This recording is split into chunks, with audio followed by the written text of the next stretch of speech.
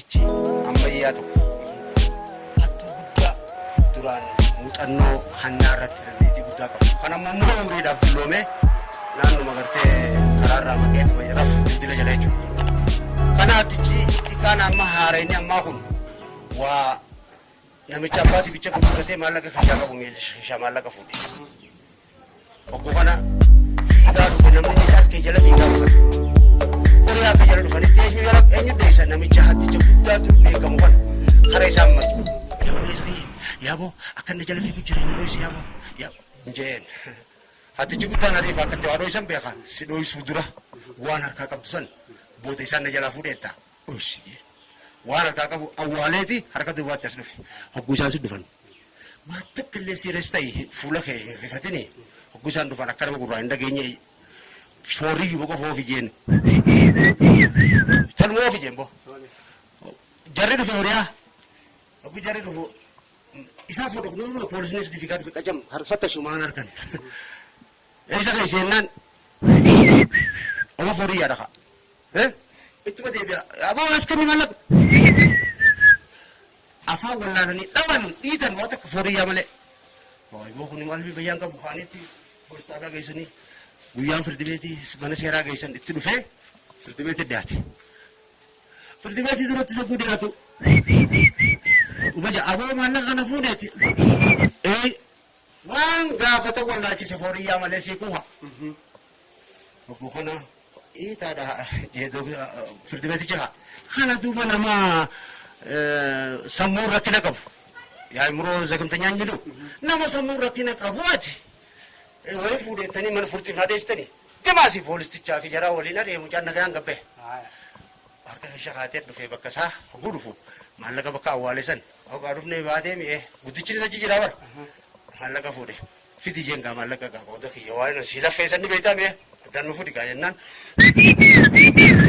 Itti jee hawa isumattu maaloo akkanaa galanna kiyyi.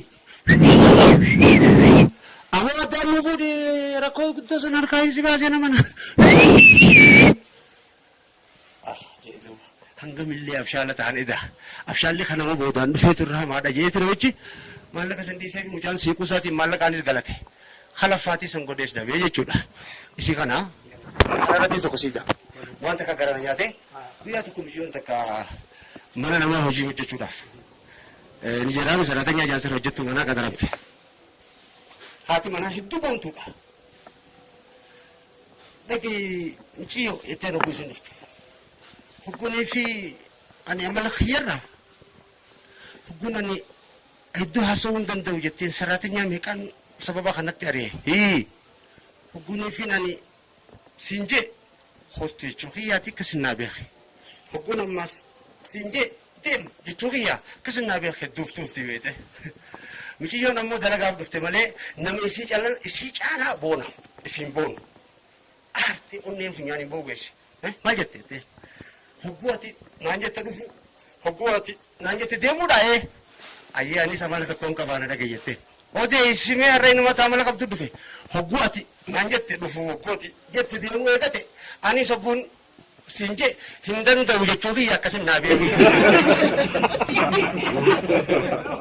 Guyyaa tokko qonnaan bulaa keenya jechuudha magaalaa dhaqee osuma deemu jiru foogii magaalaa kanaa fi makiinaa fi waan babbareedduu tan hundi osuma gamasiis ilaalu wayif jala nagarre tokko ka magaalaadhaan hariifni gartee wayis kishaa qabu naggaateen ka wali gufatanii bara si gufatis namni magaalaa kabaadiyyaa dhufe kan loodhaa wayite obbo kana itti gadhiisee bara.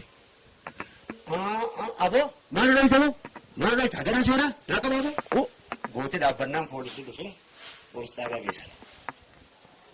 Poolis dhaabaa geessanii ta'anii afaan inni hin baheeteen mataa hokkachaa alaqa isaa shaayii beekaas kanatti ilaallee waan ta'an jee. Hanga keessan waan silaa duruu keesha olii safan qaba. Achi mana shaayii san fiigaa hojii inni eeggata. Feebaran naa godhi jeen kaan hayyame obbi takka. Arra tanaan na jedhan hojiidhaan oolchini.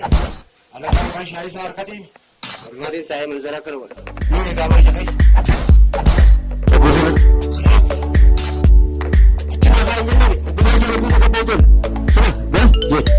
Akka afaan inni beekutti caccabsaatu maka. qarshii laal dhayeessa isa dhoyte kana tattafiitii qarshii dhibbaa ta inni itti wallaanamu tafiifitii ijatti baasee jira.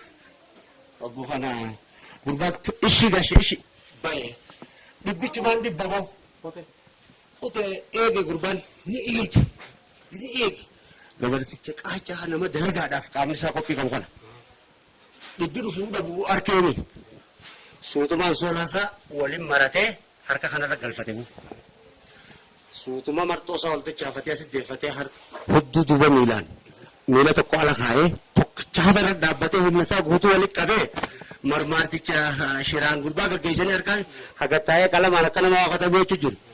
Qubta korra dhaabbatee yaabanii dhahee miila akka bala harka dalagaa kanaan ga'a.